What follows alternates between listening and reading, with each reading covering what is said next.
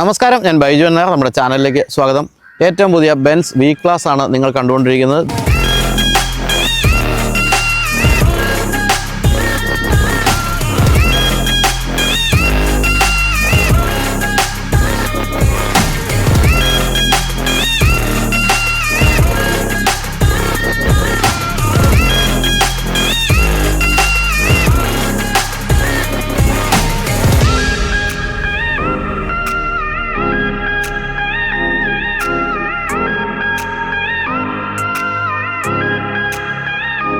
അപ്പോൾ നമ്മൾ ഈ ബെൻസ് വി ക്ലാസ് പോലുള്ള വാഹനങ്ങളെപ്പറ്റി, ഏത് വാഹനമായാലും അതിനെപ്പറ്റി പറയുന്നതിന് മുമ്പ് മറ്റൊരു കാര്യം നിങ്ങൾ ആലോചിച്ച് നോക്കുക. എത്ര വർഷത്തെ അധ്വാനം കൊണ്ടാണ് നിങ്ങളൊരു വാഹനം സ്വന്തമാക്കിയത്? അല്ലെങ്കിൽ നിങ്ങളുടെ ജീവിതത്തിലെ ആദ്യത്തെ 5 അല്ലെങ്കിൽ 10 ലക്ഷം സേവ് ചെയ്യാൻ എത്ര മാസം വേണ്ടി വന്നു? ഇവിടെ നമ്മൾ ചിന്തിക്കേണ്ടത് ഇത്ര വലിയ തുകയൊന്നും ചിലവാക്കാൻ ഇപ്പോഴത്തെ കാലത്ത് വലിയ പ്രയാസമില്ല എന്നുള്ള കാര്യമാണ്. ഞാൻ പറഞ്ഞു വരുന്നത് ഹോസ്പിറ്റൽ ബില്ലുകളെക്കുറിച്ചാണ്. വലിയ രീതിയിൽ നമ്മുടെ നാട്ടിലെ ഹോസ്പിറ്റൽ ബില്ലുകൾ കൂടിക്കൊണ്ടിരിക്കുന്ന ഒരു കാലമാണിത്. അതുകൊണ്ട് വാഹനം വാങ്ങണം, അല്ലെങ്കിൽ നല്ലൊരു ഫിനാൻഷ്യലി സെറ്റിൽഡ് ആയിട്ടുള്ള ലൈഫ് വേണമെന്ന് ആഗ്രഹിക്കുന്ന എല്ലാവരും പൈസ പോകാതിരിക്കാനുള്ള വഴി നോക്കി വയ്ക്കുക എന്നുള്ള പ്രധാനപ്പെട്ട കാര്യമാണ്. അതിന് ആശുപത്രി ബില്ലുകളെ തടുക്കാൻ വേണ്ടി ആരെങ്കിലും ഹെൽത്ത് ഇൻഷുറൻസ് എടുത്തു വെച്ചിട്ടില്ലെങ്കിൽ ഇപ്പോൾ തന്നെ ഹെൽത്ത് ഇൻഷുറൻസ് എടുത്തു വയ്ക്കുക. 40 അല്ലെങ്കിൽ 50 ലക്ഷം രൂപയൊക്കെ ഹോസ്പിറ്റൽ ബില്ല് വരുന്നത് ഇപ്പോൾ വളരെ കോമൺ ആയിട്ടുള്ള ഒരു കാര്യമാണ്. നിങ്ങൾക്ക് ഇഷ്ടമുള്ള കമ്പനിയുടെ ആരോഗ്യ ഇൻഷുറൻസ് എടുക്കാൻ വേണ്ടതും അതുപോലെ തന്നെ 25% വരെ ഡിസ്കൗണ്ടിൽ വിവിധ കമ്പനികളെ കമ്പയർ ചെയ്തെടുക്കാൻ പറ്റുന്നതുമായിട്ടുള്ള ലിങ്ക് ഞാൻ കമൻറ്റിലും ഡിസ്ക്രിപ്ഷൻ ബോക്സിലും ഒക്കെ കൊടുത്തിട്ടുണ്ട്. ഇപ്പോൾ തന്നെ ചെക്ക് ചെയ്യുക. ഇപ്പോൾ ഈ അവസരം പരമാവധി എല്ലാവരും ഉപയോഗപ്പെടുത്തുക. അത് വളരെ ഇമ്പോർട്ടൻ്റ് ആയ കാര്യമായതുകൊണ്ടാണ് ഞാൻ അത് വീണ്ടും പറയുന്നത്. മാസം 400 അല്ലെങ്കിൽ 500 രൂപ മുതലൊക്കെ അടച്ച് 1 കോടി രൂപ വരെ കവറേജ് കിട്ടുന്ന പ്ലാനുകൾ ഇപ്പോൾ ഉണ്ട്. എത്ര വലിയ തുക ബില്ല് വന്നാലും അടയ്ക്കാൻ പറ്റുന്ന തരത്തിൽ അൺലിമിറ്റഡ് പ്ലാനുകളും എടുക്കാൻ സാധിക്കും. പ്രവാസികൾക്ക് നമ്മുടെ നാട്ടിൽ നിന്ന് വിദേശത്ത് എടുക്കുന്നതിനേക്കാളും 35% വരെ ചിലവ് കുറവിലും ഇത് എടുത്തു വയ്ക്കാം.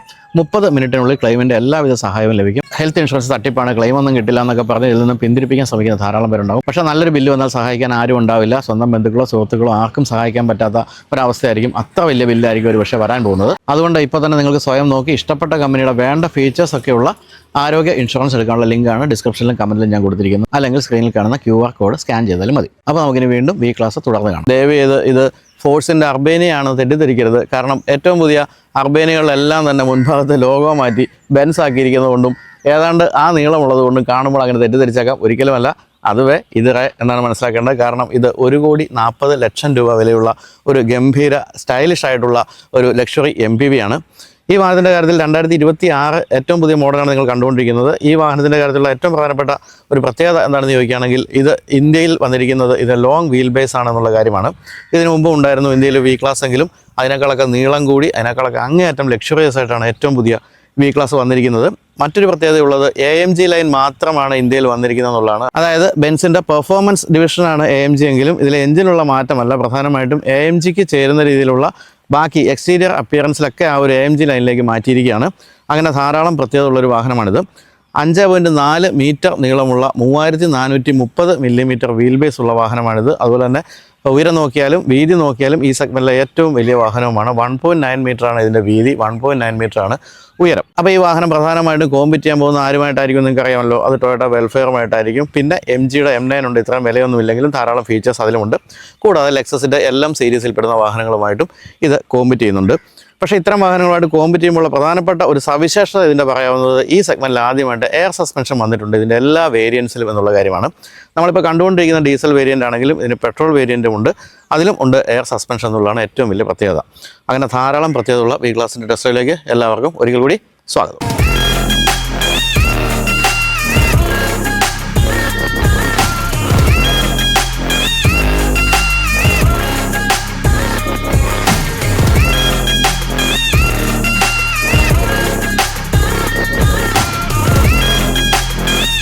പുതിയ വി ക്ലാസ്സിന് 6 സീറ്റർ അല്ലെങ്കിൽ 4 സീറ്റർ കോൺഫിഗറേഷൻ ഉണ്ട്, സീറ്റ് കോൺഫിഗറേഷൻ ഉണ്ട്. ഇപ്പോൾ നമ്മൾ കണ്ടുകൊണ്ടിരിക്കുന്ന 6 സീറ്ററാണ്. 4 സീറ്ററിൻ്റെ പ്രത്യേകത വെച്ചാൽ 2 സീറ്റ് മുന്നോട്ടും 2 സീറ്റ് പിന്നിലേക്കുമാണ് സെക്കൻഡ് റോയിൽ. അതൊരു പ്രധാനപ്പെട്ട കാര്യമാണ്. നമുക്ക് വേണമെങ്കിൽ ഒരു സംസാരിച്ച് അങ്ങോട്ടും ഇങ്ങോട്ടും തിരിഞ്ഞിരുന്ന് ട്രെയിനിലൊക്കെ ഇരിക്കുന്ന പോലെ സംസാരിച്ച് പോകാം. പക്ഷേ ഇത് 6 സീറ്ററാണ്. ഇതിന് മുന്നിലേക്ക് തന്നെയാണ് 3 നിര സീറ്റുകളുമുള്ളത്. മറ്റൊരു പ്രത്യേകത ഉള്ളത്, ഇതിൻ്റെ 3rd റോ സീറ്റിൽ പോലും വെന്റിലേറ്റഡ് സീറ്റുകൾ കൊടുത്തിട്ടുണ്ടെന്നുള്ള കാര്യമാണ്. അതും സെഗ്മെൻറ്റിൽ ആദ്യമായിട്ട് വരുന്ന കാര്യമാണ്. അപ്പോൾ അങ്ങേയറ്റം ലക്ഷറിയസ് ആയിട്ടുള്ള എന്നാൽ വളരെ പ്രാക്ടിക്കലായിട്ടുള്ളൊരു വാഹനമാണിത്. എൻ്റെ ഓർമ്മയിൽ ഞാൻ ഇതിനു മുമ്പ് വി ക്ലാസ് ഓടിച്ചു പോയത് കുറച്ച് കാലം മുമ്പ്, അതായത് ഇതിന് തൊട്ടുമുമ്പത്തെ ജനറേഷൻ ഓടിച്ചു പോയത് മൂന്നാറിലേക്കാണ്. അന്ന് എനിക്ക് തോന്നിയ ഒരേ ഒരു പ്രശ്നം എന്ന് പറയുന്നത് നമ്മൾ മെയിൻ ഹൈവേ വിട്ട് പുറത്തേക്ക് ഇറങ്ങുമ്പോഴൊക്കെ ചെറുതായിട്ടൊന്ന് അടി തട്ടുന്ന പ്രശ്നം ഉണ്ടായിരുന്നു. 160 mm ആണ് ഇതിൻ്റെ ഈ ഗ്രൗണ്ട് ക്ലിയറൻസ് എന്ന് പറയുന്നത്. അത് ഇന്ത്യൻ റോഡുകൾക്ക് എത്രത്തോളം പറ്റുമെന്നൊരു പ്രശ്നമായിരുന്നു അന്നുള്ളത്. പക്ഷേ ഇപ്പോൾ എയർ സസ്പെൻഷൻ വന്നപ്പോൾ ആ ഒരു പ്രശ്നവും പരിഹരിക്കപ്പെട്ടിരിക്കുകയാണ്. അങ്ങനെ ഹൈവേയിലായാലും ഓഫ് റോഡിലായാലും, ഓഫ് റോഡ് എന്ന് വെച്ചാൽ അങ്ങനെ വലിയ ഓഫ് റോഡ് അല്ലെങ്കിൽ പോലും റോഡിൽ നിന്ന് ഇറങ്ങിയാൽ ഇപ്പോൾ വലിയ പ്രശ്നമില്ലാത്ത രീതിയിലേക്ക് ഏറ്റവും പുതിയ V ക്ലാസിനെ മാറ്റിയെടുത്തിട്ടുണ്ട്. മുൻഭാഗം നല്ല ഭംഗിയുണ്ട് കാണാൻ. മറ്റൊരു കാര്യമുള്ളത് വെൽഫെയർ പോലുള്ള, വെൽഫെയർ ആയാലും അത് MG M9 ആയാലും എല്ലാം തന്നെ വളരെ ആധുനികമായ ഒരു ഡിസൈനാണ് മുൻഭാഗത്ത് കാണുന്നതെങ്കിൽ ഇതങ്ങനെയല്ല. ഇത് ബെൻസിൻ്റെ ആ ഒരു പരമ്പരാഗത രീതി നിലനിർത്തിക്കൊണ്ട് അതിൻ്റെ ആ ഒരു ചാം, ഒരു ഓൾഡ് വേൾഡ് ചാം തീർച്ചയായിട്ടും ഈ വാഹനത്തിൽ കൊടുത്തിട്ടുണ്ട്. AMG ലൈൻ ആയതുകൊണ്ട് തന്നെ ഗ്രില്ലൊക്കെ AMG ലൈനിലേക്കാണ് മാറ്റിയിരിക്കുന്നത്. നിങ്ങൾ കാണുന്ന പോലെ സ്റ്റാർ സ്റ്റഡഡ് എന്ന് വിളിക്കാവുന്ന രീതിയിലുള്ള ഗ്രില്ലാണ് കൊടുത്തിരിക്കുന്നത്. അതല്ല AMG നമ്മൾ കാണുന്ന സംഭവം തന്നെയാണ്. നടുവിൽ ഞാൻ ഈ പറഞ്ഞ പോലെ അർബേനിയയിലൊക്കെ ഫിറ്റ് ചെയ്യുന്ന അതേ വലിയ ബെൻസിൻ്റെ ലോഗോയാണ് കൊടുത്തിരിക്കുന്നത്. ഇവിടെയൊക്കെ നല്ല സ്റ്റീൽ ഫിനിഷും അതുപോലെ തന്നെ ബ്ലാക്ക് ഫിനിഷും സ്റ്റീൽ വരകളും ഒക്കെ കൊടുത്ത് ഭംഗിയാക്കിയിട്ടുണ്ട്. വളരെ വിശാലമായ വളരെ വലിയ ഗ്രില്ലാണ് കൊടുത്തിരിക്കുന്നത്.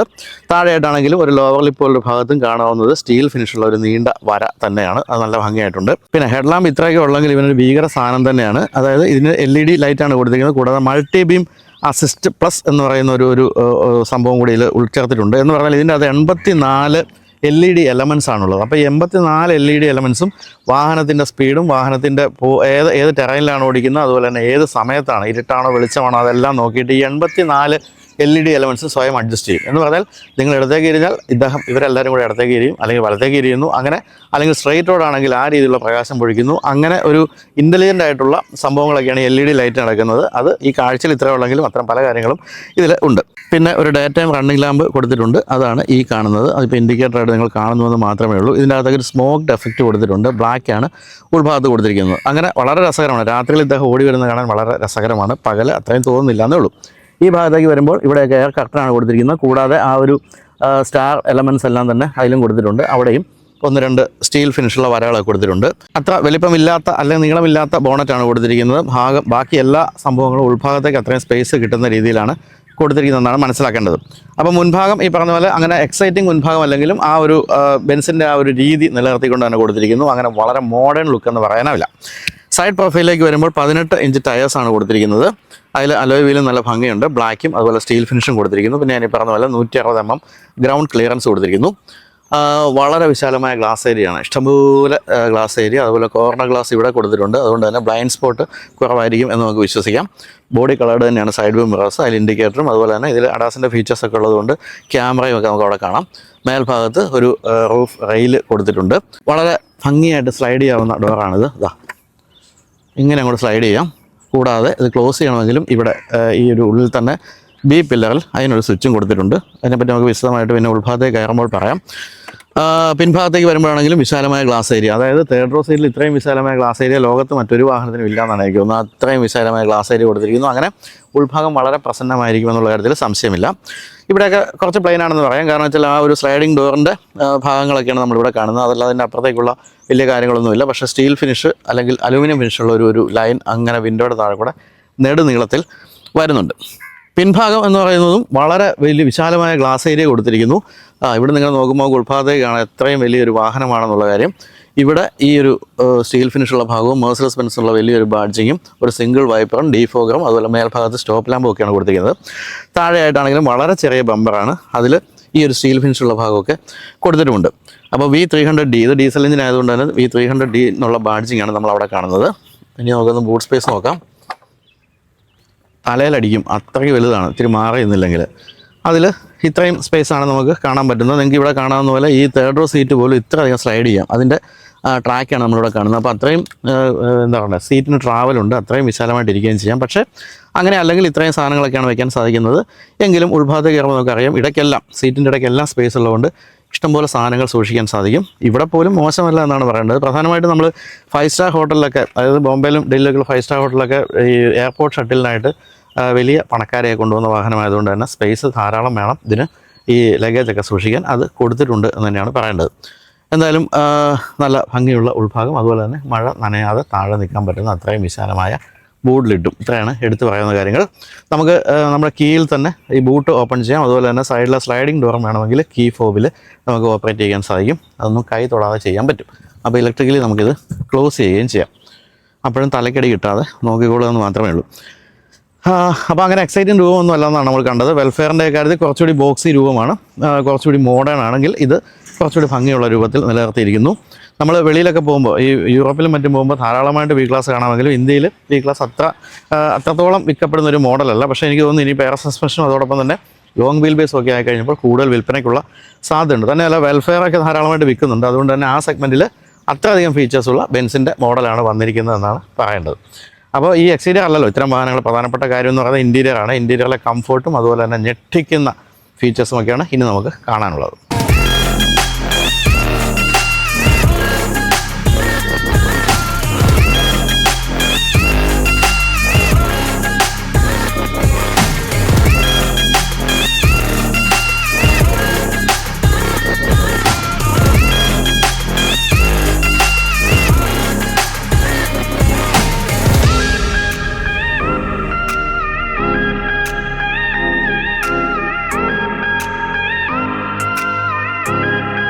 അപ്പോൾ ഇതാണ് ഏറ്റവും പുതിയ വി ക്ലാസിൻ്റെ ഇൻറ്റീരിയർ. നല്ല എന്താ പറയുക ബീജ് നിറമായതുകൊണ്ട് തന്നെ ഭയങ്കര പ്ലസൻ്റാണ് ഉൾഭാഗം. പക്ഷേ ബ്ലാക്കാണ് നമുക്ക് കൂടുതൽ ഇഷ്ടം കേട്ടോ. എന്നാൽ പോലും ബീജിൻ്റെ ഒരു ഭംഗി തീർച്ചയായിട്ടും ഇതിലുണ്ട്. സെൻട്രൽ കൺസോളൊക്കെ അത് അവിടെ കൊണ്ട് അവസാനിച്ചു. ഇഷ്ടം പോലെ സ്പേസാണ്, എവിടെ നോക്കിയാലും സ്പേസാണ്. അതാണ് ഇതിൻ്റെ പ്രത്യേകത. ഏറ്റവും പിന്നിൽ നമ്മൾ ബൂട്ട് സ്പേസ് കുറവാണെന്ന് കണ്ടെങ്കിൽ പോലും എവിടെയും എന്ത് സാധനവും സൂക്ഷിക്കാമെന്നുള്ളതുകൊണ്ട് തന്നെ അങ്ങനെ ലഗേജിന് സൂക്ഷിക്കാൻ യാതൊരു ബുദ്ധിമുട്ടും ഉണ്ടാവുകയില്ല.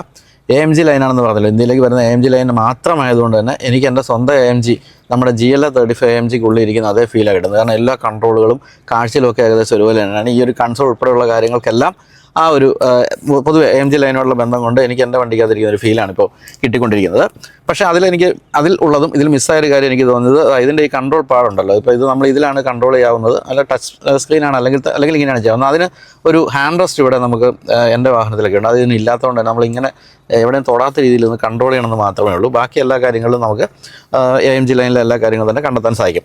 അപ്പം ഇവിടെയൊക്കെ ബ്ലാക്ക് ഫിനിഷ്, ഇവിടെ ഒരു വുഡ് ഫിനിഷ്, അതിൻ്റെ ഇടയ്ക്ക് സ്റ്റീൽ ഫിനിഷ്, വീണ്ടും വുഡ് ഫിനിഷ്, ഇവിടെ ബീജ്. ഇതാണ് കളേഴ്സിൻ്റെ ഒരു സ്കീം എന്ന് പറയുന്നത്. ഇതിൻ്റെ ഇടയ്ക്കൊക്കെ ലൈറ്റ് നിങ്ങൾക്ക് കാണാം. 64 കളേഴ്സിൻ്റെ ആംബിയൻ ലൈറ്റിംഗ് ആണ് ഇതിൽ കൊടുത്തിരിക്കുന്നത്. അത് നമുക്ക് അതിൽ കാണാൻ സാധിക്കും. AC വെൻറ്റുകളൊക്കെ തനത് ബെൻസിൻ്റെ രീതി കൊടുത്തിരിക്കുന്നു. പക്ഷേ ഇവിടേക്ക് വരുമ്പോൾ ഇത് ലോങ് ആയിട്ടുള്ള ഒരു രീതിയിലാണ്. അവിടെ റൗണ്ട് ആണെങ്കിൽ പോലും ഇവിടെ സ്റ്റാർട്ട് സ്റ്റോപ്പ് സ്വിച്ച് കൊടുത്തിരിക്കുന്നു. ഈ ഭാഗത്തേക്ക് വരുമ്പോൾ ഇവിടെ ഈ 3 സോൺ ക്ലൈമറ്റ് കൺട്രോളാണ്. അതിൻ്റെ സ്വിച്ചുകളൊക്കെയാണ് നമ്മളിവിടെ കാണുന്നത്. ഇവിടെ കൊടുത്തിരിക്കുന്ന പിൻഭാഗത്ത് ഈ സ്ലൈഡിംഗ് ഡോറിൻ്റെ സ്വിച്ചാണ് കൊടുത്തിരിക്കുന്നത്. അത് നമുക്കിവിടെ പ്രസ് ചെയ്താൽ അതവിടെ തുറക്കുന്നത് കാണാം. അപ്പോൾ ഡ്രൈവർക്ക് അങ്ങനെ തുറന്നു കൊടുക്കാൻ സാധിക്കുന്ന രീതിയാണ് അവിടെ. അത് രണ്ട് സൈഡിലും ഉണ്ട്. ഈ അപ്പുറത്തെ റൈറ്റ് സൈഡിലും അത് കൊടുത്തിട്ടുണ്ട്. അതും വളരെ എളുപ്പമുള്ളൊരു കാര്യമാണ്. പിന്നെ മറ്റു കാര്യങ്ങളിലേക്ക് വരുമ്പോൾ ഇവിടെ ഈ ഒരു പാഡിൽ നമുക്കിതെല്ലാം കൺട്രോൾ ചെയ്യാമെന്ന് പറഞ്ഞല്ലോ. കൂടാതെ ഇവിടെ ഈ ഒരു ഡ്രൈവ് മോഡുകളുടെ സ്വിച്ചാണ്. ഡൈനാമിക്, മാനുവൽ, കംഫോർട്ട്, സ്പോർട്ട്, അങ്ങനെയുള്ള 3 മോഡാണ്. നമ്മുടെ സ്വന്തം AMGയിൽ സ്പോർട്ട് പ്ലസ് എന്നൊരു മോഡും കൂടെ ഉണ്ട്. അത് ഇതിൽ കൊടുത്തിട്ടില്ല. പിന്നെ 360 ഡിഗ്രി ക്യാമറ ഇഷ്ടംപോലെ കാണാവുന്ന രീതിയിൽ പലതരത്തിലുള്ള ഓപ്ഷൻസ് അതിന് കൊടുത്തിരിക്കുന്നു. തരത്തിലുള്ള പല സറൗണ്ട് ഒരു ക്യാമറയൊക്കെ അതിൽ കൊടുത്തിട്ടുണ്ട്. ADASൻ്റെ ലെവൽ 2 ഫീച്ചേഴ്സ് ഉണ്ട്. അതുകൊണ്ട് തന്നെ അത്തരം കാര്യങ്ങളൊക്കെ ധാരാളമായിട്ട് ഉണ്ട് എന്ന് പറയാം. പിന്നെ ഇവിടെ വോളിയം കൺട്രോൾ, അത്തരം കാര്യങ്ങളൊക്കെയാണ്. ഇതിൽ ഈ 10.25 ഇഞ്ചിൻ്റെ 2 സ്ക്രീനുകളാണ്. ഇപ്പോൾ ബെൻസിൻ്റെ ഏതൊരു വാഹനത്തിലും കാണുന്ന അതേ സ്ക്രീൻ തന്നെയാണ്. ഇതിൽ MBUX എന്ന് പറയുന്ന ഏറ്റവും പുതിയ സിസ്റ്റമാണ് കൊടുത്തിരിക്കുന്നത്. സോഫ്റ്റ്വെയർ ആണ് കൊടുത്തിരിക്കുന്നത്. അതിൽ ഇല്ലാത്ത കാര്യങ്ങളൊന്നും തന്നെ ഇല്ല. അതുപോലെ തന്നെ 15 സ്പീക്കറിൻ്റെ ഒരു ബർമിസ്റ്ററിൻ്റെ ഗംഭീരമായ ഒരു മ്യൂസിക് സിസ്റ്റം ഇതിൽ കൊടുത്തിട്ടുണ്ട്. അപ്പോൾ അത്തരം കാര്യങ്ങളിൽ ഓഫ് റോഡ് എന്നൊക്കെ കൊടുത്തിട്ടുണ്ട് കേട്ടോ. നമ്മളെ ഞെട്ടിക്കുന്ന രീതിയിൽ ഓഫ് റോഡൊക്കെ ഇതിൽ കാണിക്കുന്നുണ്ട്. പക്ഷേ അത് വലിയ സംഭവമൊന്നുമില്ല. ട്രൈ പ്രഷർ മോണിറ്റർ സിസ്റ്റമൊക്കെയാണ്. ഇതൊരു ഓഫ് റോഡ് വാഹനമല്ല തീർച്ചയായിട്ടും. ആ രീതിയിൽ ഇതിനെ കാണുകയും വേണ്ട. പിന്നെ വരുമ്പോൾ സ്പേസിൻ്റെ കാര്യമാണ് പ്രധാനമായിട്ടും പറയുന്നത്. ഇവിടെ ഈ ഒരു സ്പേസ് കാര്യമായ രീതിയിൽ കൊടുത്തിരിക്കുന്നു. ഇവിടെ വയർലെസ് ചാർജിങ് പാഡ് കൊടുത്തിരിക്കുന്നു. 2-3 ചാർജിങ് പോയിൻറ്റുകൾ കൊടുത്തിരിക്കുന്നു. ഇവിടെ വീണ്ടും ഒരു ഫോണൊക്കെ സൂക്ഷിക്കാവുന്ന സ്ഥലം, 2 കപ്പ് ഹോൾഡേഴ്സ്. ഇതാണ് ഇദ്ദേഹത്തിൻ്റെ കീ എന്ന് പറയുന്നത്. ഇതിൽ ഞാൻ പറഞ്ഞല്ലോ, ഇതിൽ നമുക്ക് ഡോറ് തുറക്കാം, അതുപോലെ തന്നെ ബൂട്ട് തുറക്കാം, അത്തരം കാര്യങ്ങളൊക്കെ കൊടുത്തിട്ടുണ്ട്. ഇവിടെയും സ്പേസിൻ്റെ ധാരാളിത്തം എന്ന് വിളിക്കാവുന്ന രീതിയിൽ നമുക്ക് സ്പേസ് ഇവിടെ കണ്ടെത്താൻ സാധിക്കും. പിന്നെ സീറ്റിൻ്റെ ഈ തൈ സപ്പോർട്ട് എന്നൊക്കെ പറയുന്നത് ഇതിൻ്റെ അപ്പുറത്തേക്ക് വരാനില്ല. ആ രീതിയിൽ തൈ സപ്പോർട്ടാണ്. അത് നമുക്ക് മാനുവലി അഡ്ജസ്റ്റ് ചെയ്യാനും സാധിക്കും. കൂടാതെ മസാജ് ഫംഗ്ഷൻ ഉൾപ്പെടെയുള്ള വെൻറ്റിലേറ്റഡ് സീറ്റുകളെല്ലാം ആണ് കൊടുത്തിരിക്കുന്നത്. നല്ല ഒരു ഹാൻഡ് റെസ്റ്റ് കൊടുത്തിട്ടുണ്ട്. നല്ല ഉയർന്ന ഒരു ഹാൻഡ് റെസ്റ്റ്. വേണമെങ്കിൽ ഇനി ഉയർത്താം, ഇല്ലെങ്കിൽ താഴുന്നില്ലേ, അതാന്നു. അങ്ങനെയുള്ള പല ഓപ്ഷൻസ് അതിൽ കൊടുത്തിരിക്കുന്നു. സ്പേസ് ഞാൻ പറഞ്ഞല്ലോ, ലോങ് വീൽ ബേസ് ആയതുകൊണ്ട് തന്നെ സ്പേസിൻ്റെ അടുത്ത് യാതൊരു പഞ്ഞവുമില്ല. ഇഷ്ടം പോലെ സ്പേസ് കൊടുത്തിരിക്കുന്നു. ഡോർ പാഡിലേക്ക് പോകുകയാണെങ്കിൽ ഫുൾ ബ്ലാക്ക്. അതാണ് ഏറ്റവും ഇഷ്ടപ്പെട്ട ഒരു ഡോർ പാഡാണ്. അതിന് പല ലെയേഴ്സൊക്കെയാണ് കൊടുത്തിരിക്കുന്നത്. അതിൻ്റെ ഏറ്റവും താഴെയായിട്ട് കപ്പ് ഹോൾഡേഴ്സ് ഉണ്ട്. പിന്നെ ബേമസിൻ്റെ സ്പീക്കർ കൊടുത്തിരിക്കുന്നു. അതിൻ്റെ സൈഡിലും ചെറിയ ഫോണൊക്കെ സൂക്ഷിക്കാവുന്ന സ്ഥലം. മേൽഭാഗത്ത് നല്ലൊരു ആംറസ്റ്റ്, കൂടാതെ സീറ്റിൻ്റെ അഡ്ജസ്റ്റ്മെൻറ്റുകൾ, വെൻറ്റിലേറ്റഡ് സീറ്റിൻ്റെ സ്വിച്ച് അതെല്ലാം അതിലും കൊടുത്തിരിക്കുന്നു. പിന്നെ ഉൾഭാഗത്തേക്ക് ഒന്ന് മേലോട്ട് നോക്കിയാൽ ആകെ ഉള്ളൊരു മിസ്സിങ് എന്ന് പറയുന്നത് ഇതിന് സൺറൂഫ് കൊടുത്തിട്ടേ ഇല്ല എന്നുള്ളതാണ്.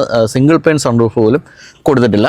അപ്പോൾ അത് ഒരു മിസ്സാണ്. ശരിക്കും പറഞ്ഞാൽ ഈ ഒരു സെഗ്മെൻറ്റിലെ വാഹനങ്ങളൊരു മിസ്സാണ്. അതെന്താണ് അങ്ങനെ ചെയ്തതെന്ന് അറിഞ്ഞുകൂടാ. എന്തായാലും അത് എനിക്ക് തോന്നുന്നു ഇത്തരത്തിലുള്ള വാഹനം ഉപയോഗിക്കുന്നവർക്ക് ഇതിൻ്റെ ഉൾഭാഗത്ത് ഒരു കംഫർട്ടായിരിക്കും നോക്കുക. അത് വേണ്ട എന്ന് വെച്ചായിരിക്കും. എന്തായാലും അത് കൊടുത്തിട്ടില്ല.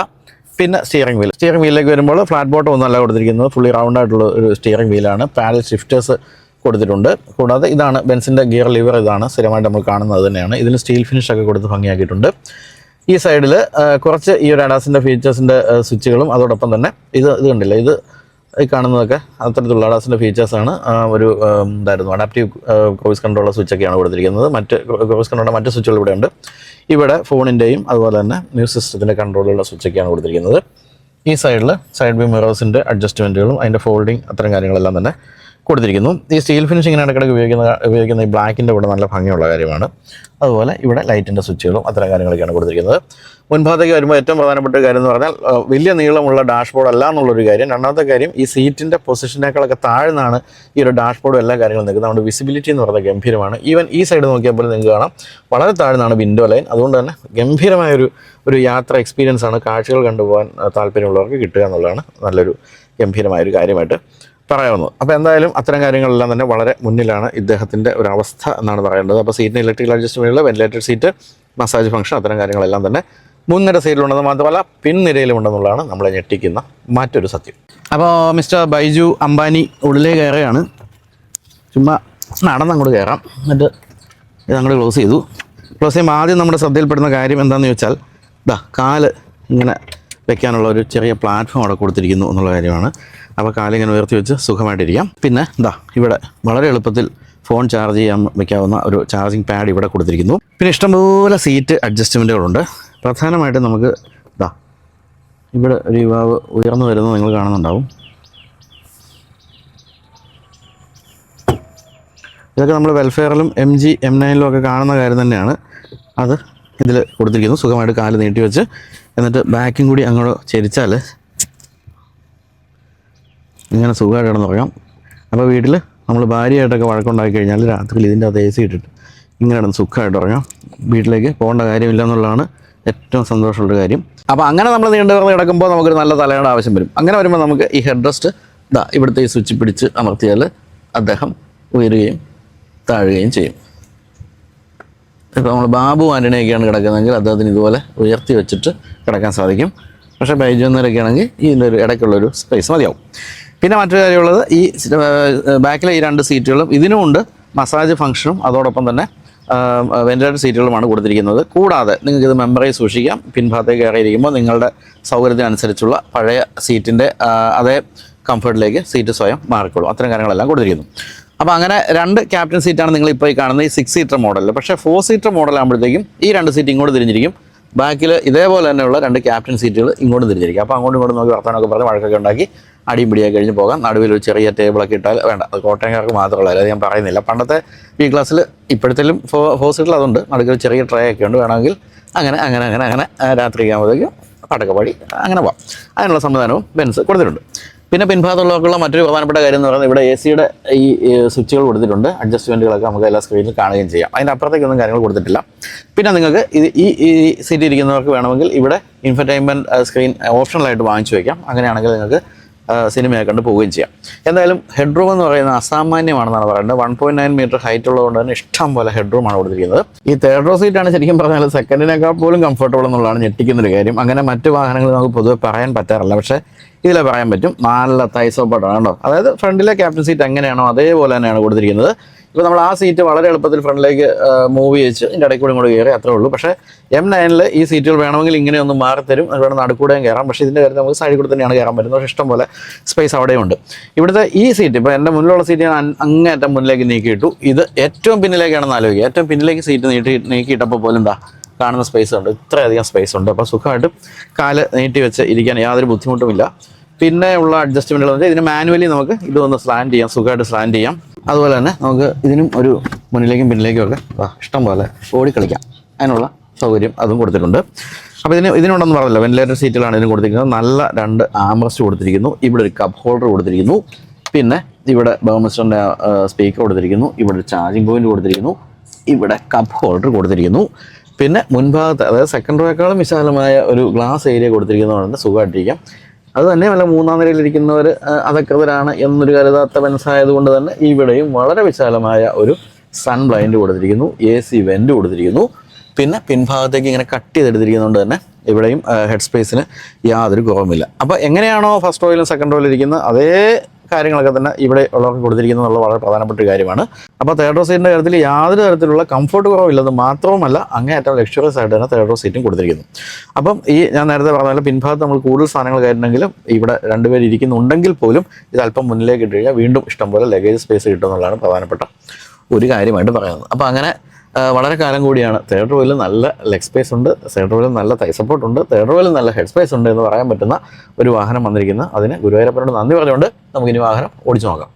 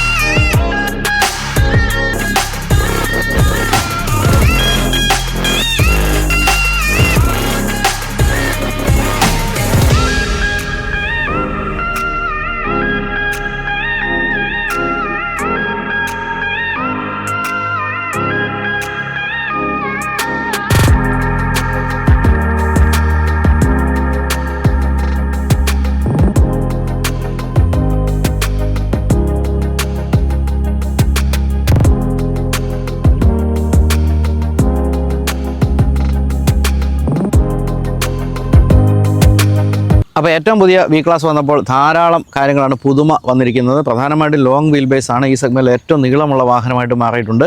പിന്നെ ഇത്രയും വലിയ വാഹനമാണെങ്കിലും 16.35 കിലോമീറ്റർ കമ്പനി മൈലേജ് പറയുന്നുണ്ട്. ഡീസൽ മോഡൽ, അതൊരു പ്രധാനപ്പെട്ട കാര്യമാണ്. പിന്നെ ഈ സെഗ്മെൻറ്റിൽ എയർമാറ്റിക് സസ്പെൻഷൻ അല്ലെങ്കിൽ എയർ സസ്പെൻഷൻ വന്നിരിക്കുന്ന ഒരേ ഒരു മോഡൽ ഇതാണ്. പിന്നെ ഫീച്ചേഴ്സിൻ്റെ കാര്യത്തിൽ ധാരാളം കാര്യങ്ങൾ കൊടുത്തിട്ടുണ്ട്. എന്നാൽ വില ഈ സെഗ്മെൻറ്റിലെ മറ്റ് വാഹനങ്ങളുമായിട്ട് എക്സെപ്റ്റ് MG M9 അവയോട് പിടിച്ചു നിൽക്കാവുന്ന വിലയുമാണ് കൊടുത്തിരിക്കുന്നത്. പക്ഷേ ബെൻസ് പറഞ്ഞിട്ടുണ്ട് ഇത് ഇൻട്രൊഡക്ടറി ഓഫറാണ് എന്നുള്ള കാര്യം. അതായത് 1.4 crores എന്ന് പറയുന്നത് പിന്നീട് വില കൂടാനുള്ള സാധ്യതയുണ്ട് എന്നുള്ള കാര്യവും ബെൻസ് പറഞ്ഞിട്ടുണ്ട്. മറ്റൊരു കാര്യമുള്ളത്, നമുക്ക് അഭിമാനിക്കാവുന്ന കാര്യം, പൂനെയിലെ ചാക്കൻ പ്ലാന്റിലാണ് ഇത് അസംബിൾ ചെയ്യുന്നതെന്നുള്ള കാര്യമാണ്. അതായത് പൂർണ്ണമായിട്ടും ഇറക്കുമതി ചെയ്യുന്നില്ല, അതുകൊണ്ടാണ് ഈ ഒരു വിലയിൽ നിർത്താൻ സാധിക്കുന്നത്. അങ്ങനെ ലോക്കലി അസംബിൾഡാണ് ഈ വാഹനം എന്നുള്ളതാണ് നമുക്ക് അഭിമാനിക്കാവുന്ന ഒരു കാര്യം. അപ്പോൾ പഴയ പ്രതാപം തീർച്ചയായിട്ടും വി ക്ലാസ് ഇത്തവണ പിടിച്ചെടുക്കും, തിരിച്ചു പിടിക്കും എന്നാണ് എനിക്ക് തോന്നുന്നത്. ആ രീതിയിൽ ഫീച്ചേഴ്സും കാര്യങ്ങളും എല്ലാം തന്നെ വി ക്ലാസ്സിന് കൊടുത്തിട്ടുണ്ട്. അപ്പോൾ നമ്മുടെ കേരളത്തിലെ ഷോറൂമുകളിലൊക്കെ വി ക്ലാസ് എത്തിയിട്ടുണ്ട്. ഈ ഒരു സെഗ്മെൻറ്റിൽ വാഹനങ്ങൾ വാങ്ങിക്കാൻ താല്പര്യമുള്ള, എന്നാൽ വെൽഫെയർ വേണ്ട എന്നാണ് നിങ്ങൾക്ക് തീരുമാനമെങ്കിൽ തീർച്ചയായിട്ടും വി ക്ലാസ്സിലേക്ക് പോകാം. കാരണം ഈ സെഗ്മെൻറ്റിൽ ഡീസൽ എഞ്ചിനുള്ള ഒരേ ഒരു മോഡൽ ഇതാണ്.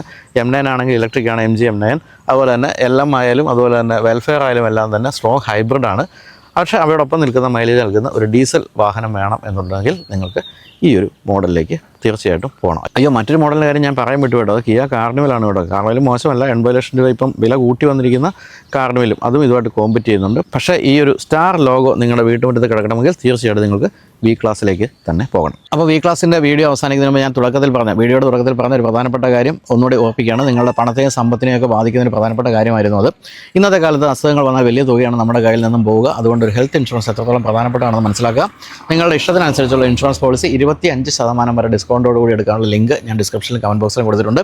അതല്ലെങ്കിൽ ഈ QR കോഡ് സ്കാൻ ചെയ്താലും മതി. എല്ലാവരും ചെക്ക് ചെയ്ത് നോക്കുക, നാളത്തേക്ക് മാറ്റി വയ്ക്കരുത്. അപ്പോൾ ഇത്രയൊക്കെയാണ് വി ക്ലാസ്സിൻ്റെ വിശേഷങ്ങൾ. അപ്പോൾ വീഡിയോ എല്ലാവർക്കും നന്ദി, ബൈ.